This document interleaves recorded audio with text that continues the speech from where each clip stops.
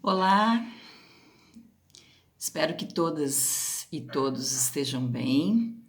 Passo aqui então para fazer algumas pequenas reflexões sobre esse nosso último módulo da nossa disciplina Filosofia da Educação, Fundamentos da Experiência Pedagógica.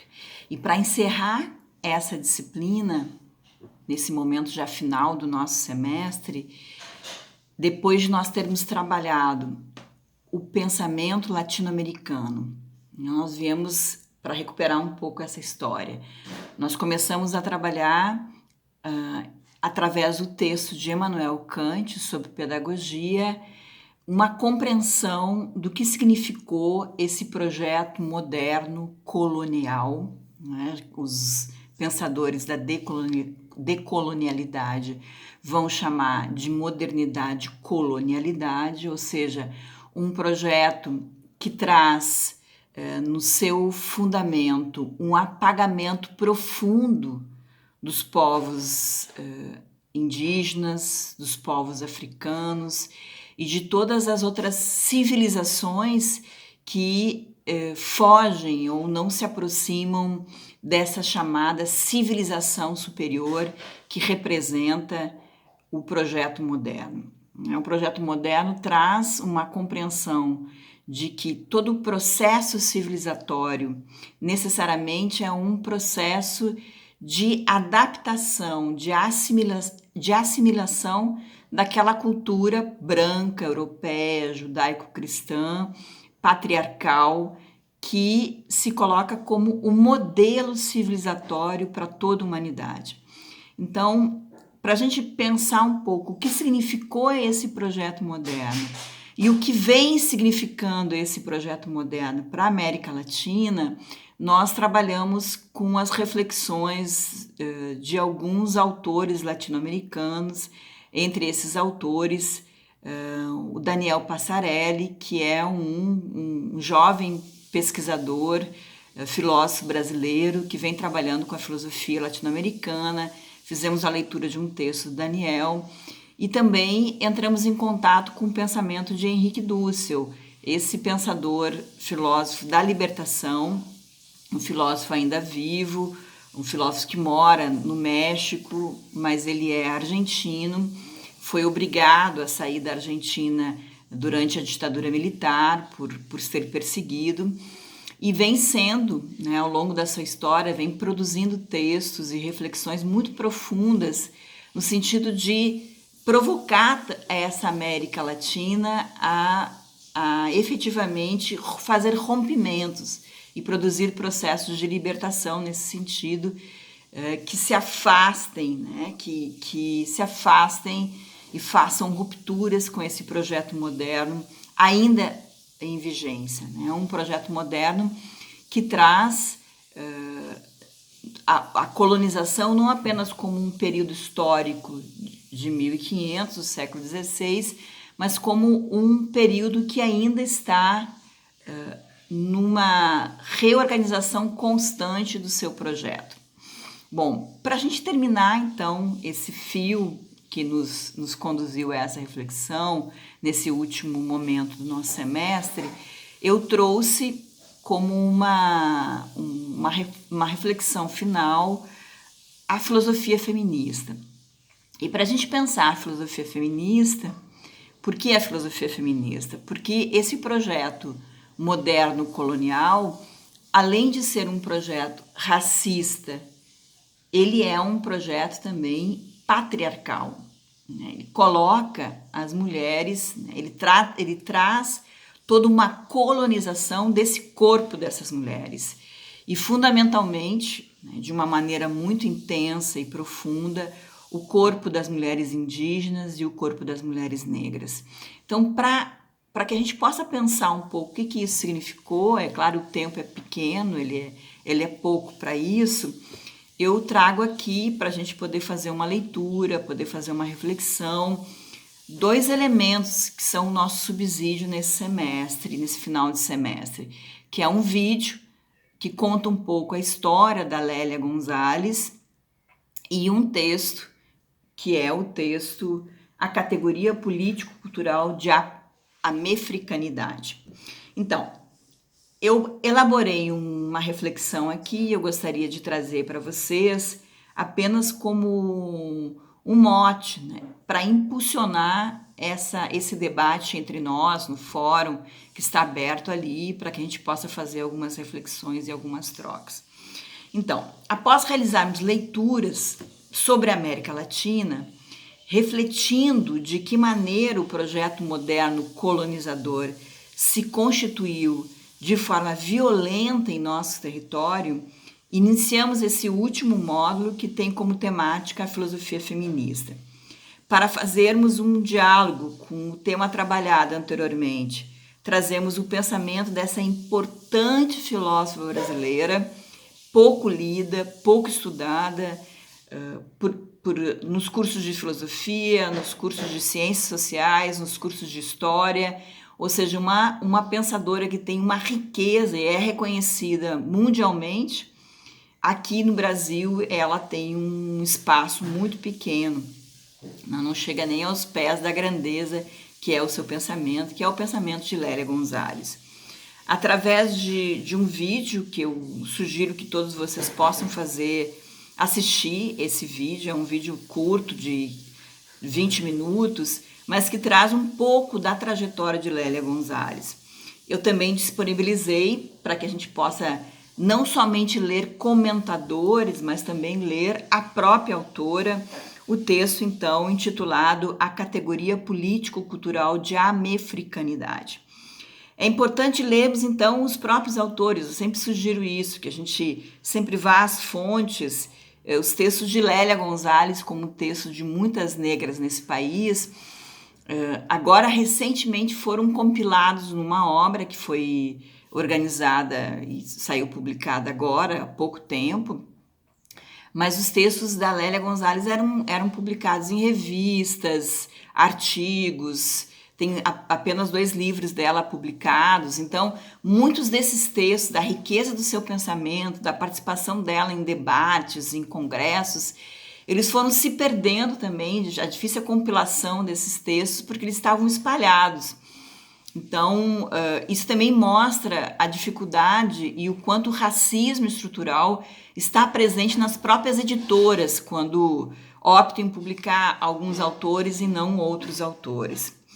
Bom, nesse texto que eu trouxe como subsídio para o nosso debate aqui, Lélia cria um conceito muito importante, que eu diria que é um conceito tradutor do seu pensamento e de todo o diálogo que Lélia vai fazer com pensadores africanos e norte-americanos, que é o conceito de amefricanidade.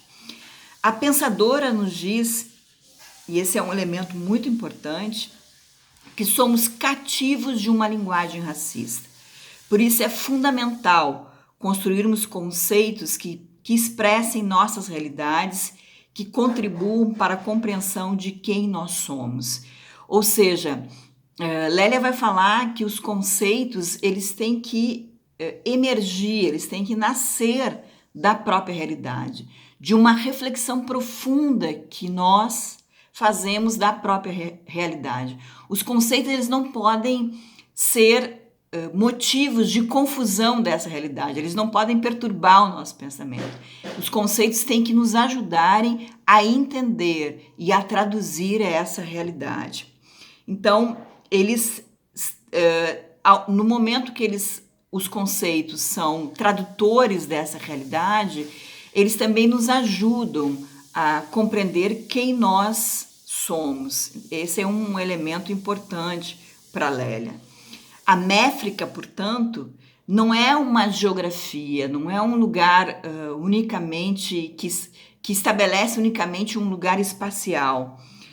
Não diz respeito a um único e específico lugar, mas fala de experiências e histórias que são comuns em nossa América e que trazem o povo negro e seus, aí uma frase dela, históricos de intensa dinâmica cultural, que se deu por adaptações, por resistências, por reinterpretações e criação de novas formas, como elementos que são centrais nesse conceito. Então, a métrica é um conceito potente nesse sentido, porque ele é capaz de enfatizar, de afirmar histórias de resistência, mas ao mesmo tempo como uma busca de compreender como essas resistências elas foram permeadas por tensões, por processos de adaptação, de assimilação e ao mesmo tempo processos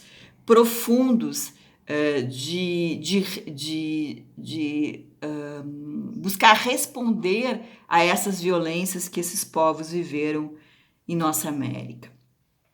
A história que nos tentam, desse modo, fazer engolir, encobre o racismo, um racismo que é constituidor de nossa sociedade e da maior parte de nossas instituições, que são instituições construídas e estruturadas a partir desse projeto moderno. Lélia enfatiza que os valores ocidentais brancos sustentados por uma compreensão de que esses brancos são superiores e que tudo que eles produziram ao longo da história é o que nós temos de mais precioso, ou seja, seus valores, a arte, tudo aquilo que esses povos brancos produziram, principalmente aqui nesse momento, Lélia está pensando os europeus, mas também pensando os Estados Unidos, se coloca como a fina flor da cultura. E é isso que deve nos constituir como nação. Os outros, portanto, entre aspas, porque a gente tem que entender que quando nós falamos outro, nós sempre estamos falando de alguém que é capaz de pronunciar quem é esse outro, quem é que diz outro, né? Quem se coloca numa condição de que não é outra idade, né? Que é a própria identidade referencial. E tudo que se coloca fora dessa identidade referencial é outro. Então, esses outros, entendidos aqui como não brancos, são inferiores, são selvagens, são primitivos.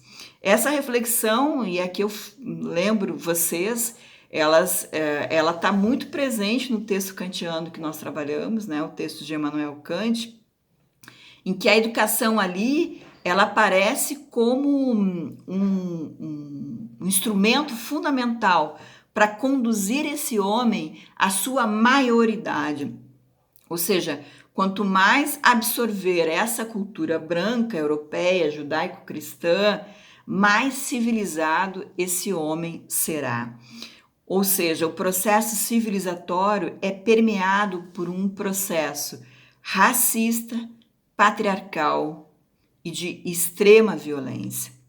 Lélia também ressalta que o processo civilizatório, ao colocar como superior a cultura branca, acaba produzindo um sentimento de que todo aquele e toda aquela que não é semelhante a essa cultura não é nada.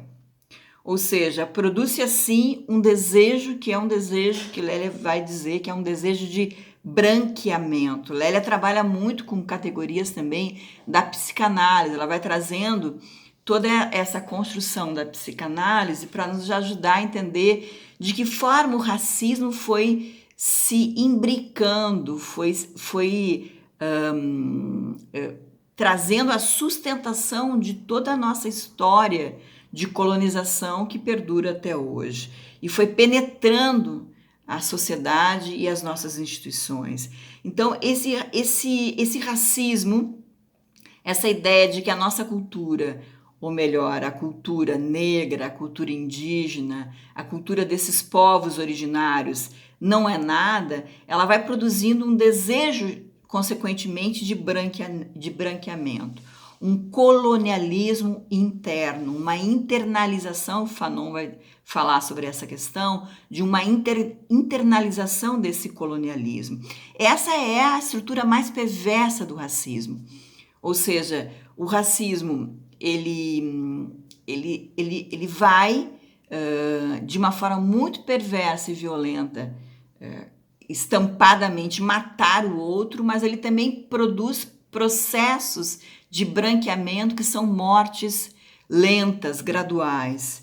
Pois quando uma mídia, por exemplo, mostra 99% das pessoas que aparecem na mídia são brancas, e as instituições que nós temos na nossa sociedade, os cargos de poder, os cargos, né, de maior destaque são ocupados por pessoas brancas, isso produz um imaginário na nossa sociedade que o branco é o símbolo do sucesso, o branco é o símbolo da beleza, do progresso social. Então, a pergunta que nós nos colocamos como educadores e educadoras é como nós podemos nos afastar, como nós podemos transformar essa realidade perversa que o processo de colonização produziu e que tem no racismo um elemento importante, fundamental, né? A Lélia Gonzalez vai dizer.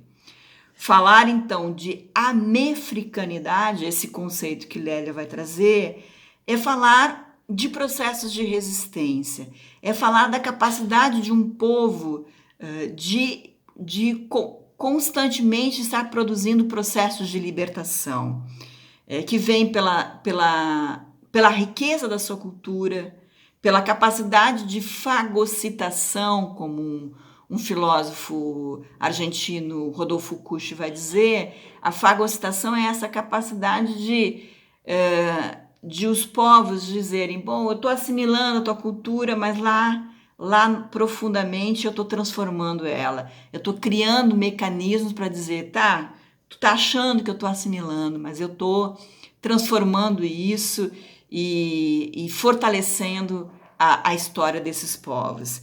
Então, é a riqueza que tem esses povos, produtores de conhecimento, de arte, de valores.